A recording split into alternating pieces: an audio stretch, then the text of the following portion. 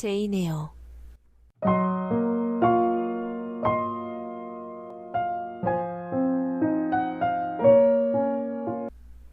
로이드 씨와 나누었던 대화, 배시와 에버트 사이에 오간 이야기. 그로 인해서 나는 건강해져야겠다는 의욕을 느낄 정도로 희망이 부풀었다. 변화가 머지 않은 듯 했다. 나는 말없이, 그러나 간절히 기다렸다. 며칠이 지나고 몇 주일이 지났다. 그래도 나는 그녀가 같은 지붕 아래에 있는 나의 존재를 오래 견디지 못할 거라는 걸 본능적으로 확신했다. 존! 그 아이 얘기 꺼내지 마라. 가까이 하지 말라고 했잖아. 신경 쓸 가치도 없는 애야. 그 아이와 어울리면 안 돼! 그 순간 나는 더 생각해보지도 않고 난간에 고개를 내밀고 냅다 소리쳤다. 걔네들이야말로 나랑 어울릴 자격 없어요. 리드 외삼촌이 살아계신다면 뭐라고 하실까요? 이건 거의 무의식적으로 나온 말이었다. 나의 의지가 허락하지 않은 소리를 내 혀가 내버린 것 같았다. 뭐야? 리드 부인이 숨죽여 말했다. 리드 외삼촌이 천국에 계셔서 당신의 행동이나 생각을 죄다 알 수 있어요. 엄마 아빠도 마찬가지예요. 당신이 하루 종일 나를 가둬놓고 내가 죽기를 바란다는 걸 그분들은 다 알아요. 리드 부인이 이내 정신을 차리더니 호되게 내 몸을 흔들고 나의 양쪽 뺨을 때리고 나서는 한마디 말도 없이 방에서 나가버렸다. 11월, 12월, 그리고 1월의 반이 지나갔다. 1월 15일. 아침 9시쯤이었다. 배시가 계단을 뛰어 올라와 육아실로 달려왔다. 제인 양, 앞치마 벗어요. 거기서 뭐 하는 거예요? 오늘 아침에 세수했어요? 배시는 너무 급해서 설명을 들을 시간도 없는 듯했다. 나 역시 대답하고 싶진 않았다. 그녀가 나를 세면대로 끌고 가더니 내 얼굴과 손에 아주 가차없이, 하지만 다행히도 아주 간단하게 비누칠 하고는 물로 헹구고 올이 거친 수건으로 닦았다. 뻣뻣한 솔로 내 머리를 벗겨주고 앞치마를 벗기고 계단 쪽으로 다급하게 끌고 간 뒤 거실에서 부르는 사람이 있으니 당장 아래층으로 내려가라고 명령했다. 나는 누가 나를 부르는 건지, 리드 부인이 거기 있는지 묻고 싶었지만 배시는 재빨리 나가버렸고 나는 천천히 계단을 내려갔다. 근 3개월 동안 리드 부인 앞에 불려간 적이 없었다. 불안하게 망설이며 10분을 그렇게 문 앞에 서 있었다. 들어가야 돼. 나를 보자고 한 사람이 누굴까? 생각하며 문고리를 두 손으로 잡았다. 손잡이가 돌아가고 문이 열린 뒤 공손히 절을 하고 들어가는 내 눈에 검은 기둥이 보였다. 그 꼭대기의 엄격한 얼굴은 조각 가면 같았다. 기둥 위에 올려놓은 기둥 머리처럼. 리드 부인은 평소처럼 난로가에 앉아 있었다. 그녀는 그 돌덩이 같은 이방인에게 나를 소개했다. 이 아이가 제가 말씀드린 아이예요.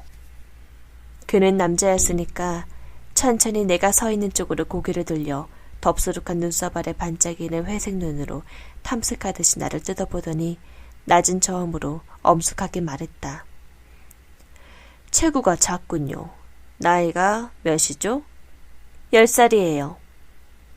그는 믿기지 않는다는 듯 나를 좀 더 찬찬히 살펴보더니 이윽고 나에게 말을 걸었다. 이름은? 제인에어입니다. 대답을 하고는 나는 위를 쳐다보았다. 그는 아주 키가 큰 신사처럼 보였지만 이목구비는 큼직했고 그 생김새며 체구의 윤곽이 모두 엄격하고 깔끔했다. 그래, 제인에어. 너는 착한 아이니? 그런 얘기 하지 않는 게 나을 거예요, 브로클 허스트 씨. 거참 유감이군요. 아이와 잠시 얘기를 나눠봐야겠습니다. 못된 아이처럼 통탄스러운 건 없다. 나쁜 사람이 죽으면 어디로 가는지 아니? 지옥으로 가요. 지옥은 뭐냐? 나한테 말해볼래? 불이 가득한 구덩이예요. 구덩이에 빠져서 영원히 불타고 싶니? 아니요. 그렇게 되지 않으려면 어떻게 해야 하지? 나는 잠시 생각에 잠겼다. 건강을 유지해서 안 죽으면 돼요. 어떻게 건강을 유지하지? 너보다 어린 아이들이 매일매일 죽어나가고 있어. 엊그제만 해도 5살짜리 아이를 땅에 묻어야 했단다. 착한 애였지. 지금 그 아이의 영혼은 천국에 있지. 브로클허스트 씨, 3주 전에 제가 편지에서 말씀드렸다시피 이 아이의 성격과 기질은 제가 바라는 것과는 상당히 달라요. 이 아이를 로우드 학교에 받아주시어 교장 선생님과 교사들이 엄하게 감독하고 무엇보다 이 아이의 가장 못된 점인 사기적인 성향을 막아주신다면 저로서는 매우 기쁘겠어요. 내가 너 듣는 데서 이 말을 하는 이유는 제인, 네가 브로클허스트 씨를 속이지 못하게 하려는 뜻이다. 낯선 사람 앞에서 받은 비난은 나의 심장을 후벼 팠다. 그녀가 나를 들여보내기로 예정한 새로운 생활에서 이미 희망을 꺾어버리고 있다는 것을 나는 어렴풋이 알았다. 방법이 없어. 아무것도. 나는 흐느낌을 억누르려고 애쓰며 내 무력한 괴로움의 증거인 눈물을 서둘러 닦아냈다. 브로클허스트 씨가 말했다. 남을 속이는 버릇은 아이에게 절대 있어서는 안 될 단점이지요. 그건 거짓말과 비슷하고 거짓말쟁이는 불과 유황이 불타는 수렁에 던져집니다. 잘 감독하겠습니다, 리드 부인. 데플 선생과 이하 다른 교사들에게도 그리 일러두겠습니다. 이 아이에게 합당한 방법으로 양육해 주시길 바랍니다. 쓸모있고 겸손한 인간이 되게 해주세요. 방학 기간에도 항상 학교에서 지내게 해주세요. 대단히 현명한 결정이십니다, 마담. 겸손은 그리스도인의 미덕이고 로우드 학생들에게는 더더욱 적절한 것이겠지요. 저 역시도 학생들의 그런 덕성을 갖추는 데 특별히 관심을 기울이고 있습니다.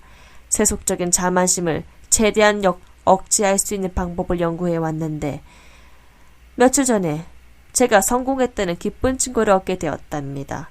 제 마음에 꼭 들어요. 영국 어디를 뒤져봐도 제인 에어 같은 아이에게 그처럼 정확히 어울리는 체계를 찾기는 힘들 거예요. 친애하는 브로클허스트 씨, 저는 모든 면에 일관성이 있고 모순이 없는 게 중요하다고 생각합니다. 마담, 그리스도인의 의무 가운데 첫 번째가 일관성이지요. 로우드에서도 그 원칙이 전반적으로 적용되고 있습니다.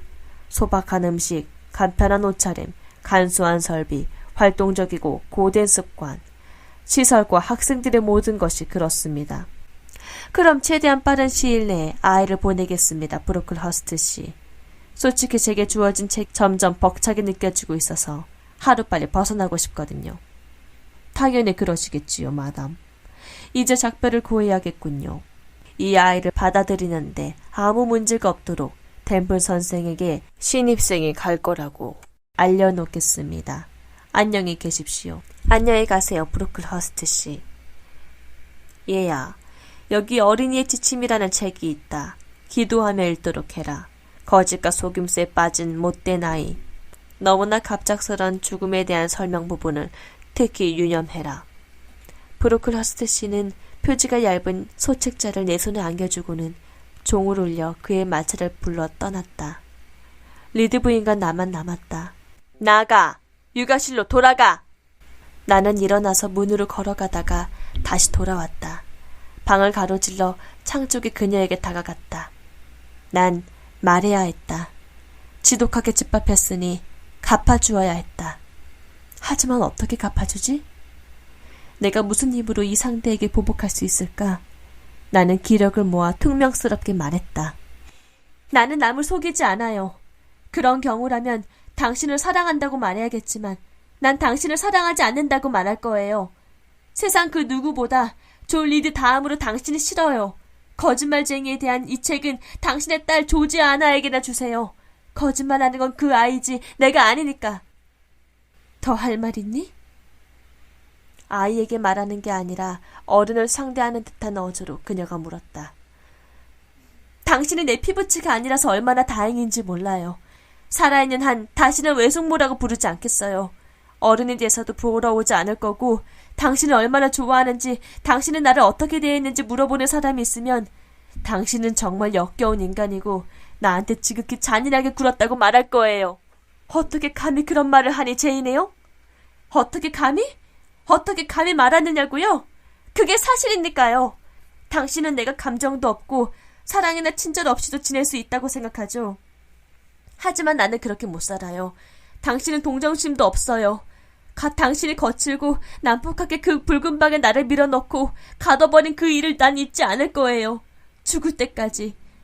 내가 그토록 괴로워했는데 숨이 막히도록 살려주세요, 살려주세요 외숙모하고 외쳤는데 당신은 아랑곳하지 않았어요. 게다가 내가 그런 벌을 받는 건 당신의 악랄한 아들이 이유 없이 날 두들겨 팼기 때문이죠. 나에게 물어보는 누구에게든지 이걸 정확하게 다 말해줄 거예요. 사람들은 당신이 착한 여자인 줄 알지만 당신은 못됐고 냉혹해요. 당신이야말로 사기꾼이에요. 말을 끝내기 전부터 나는 이제껏 느껴보지 못한 묘한 자유와 승리감을 맛보았다. 당신은 브로클러스트 씨에게 내 성격이 못됐고 사기성이 있다고 말했어요. 나도 로우드의 모든 사람들에게 당신이 어떤 사람인지 무슨 짓을 했는지 알리겠어요. 제인, 너는 이해를 못하고 있어. 아이들의 잘못은 고쳐줘야 하는 거야. 나는 남을 속이지 않는다고요. 당장 날 학교로 보내세요, 리드 부인. 여기 사는 건 지긋지긋해요. 정말로 얼른 보내야겠어. 리드 부인이 혼잣말로 중얼거렸다. 그러고는 자신의 바느질감을 주워들고 급하게 그 방을 떠났다. 나는 거기에 혼자 남았다. 전장의 승리자로. 내 생애 가장 힘겨운 싸움이었고 내가 얻은 최초의 승리였다. 제인 양, 어디 있어요? 점심 먹으러 와요. 학교에 간다면서요? 내가 고개를 끄덕였다. 불쌍한 배시를 두고 떠나는 게 하나도 안 섭섭해요? 배시가 날 좋아하기는 하나? 항상 야단만 치면서. 조그만 아이가 너무 괴상하고 겁 많고 소심하니까 그렇죠. 좀 더 대담해져야 돼요. 뭐야? 더 많이 맞으라고? 무슨 그런 소리를? 하지만 아가씨가 좀 구박을 받기는 하죠. 들어가요. 그리고 좋은 소식 있어요. 나한테 무슨 좋은 소식이 있겠어. 어머, 그게 무슨 말이에요? 그렇게 처량한 눈으로 쳐다보지 말아요. 요리사에게 작은 케이크를 구워달라고 할게요. 그 다음에는 아가씨 서랍 정리하는 것 좀 도와줘요. 곧 짐을 싸야 하니까. 마님이 하루 이틀 내로 게이츠에 대해서 떠나보낼 생각이신가 봐요. 가져가고 싶은 장난감을 골라봐요. 배시, 내가 떠날 때까지 야단치지 않겠다고 약속해줘. 약속할게요. 하지만 아가씨도 착하게 굴고 나를 두려워하지 말아요. 이젠 익숙해져서 별로 무서울 것 같지도 않아. 조만간 두려워해야 할 사람이 또 생기겠지. 아가씨가 누굴 무서워하면 그 사람들도 아가씨를 싫어하게 돼요. 배시처럼? 나는 제인 양을 싫어하지 않아요. 다른 누구보다 아가씨를 좋아하는걸요. 그런 표시 안 했잖아. 어머나 안팡져라. 말하는 게 아주 달라졌네요. 웬일로 이렇게 대담하고 배짱이 있어졌어요? 얼마 있으면 나는 떠날 거고 나랑 헤어지게 돼서 좋죠? 전혀 아니야, 배시. 기쁘게 키스해줄게. 고개 숙여봐. 배시가 몸을 구부렸다. 우리는 서로 끌어안았고 나는 꽤 위로받는 기분으로 그녀를 따라 집으로 들어갔다. 그날 오후는 평화와 조화 속에서 지나갔다.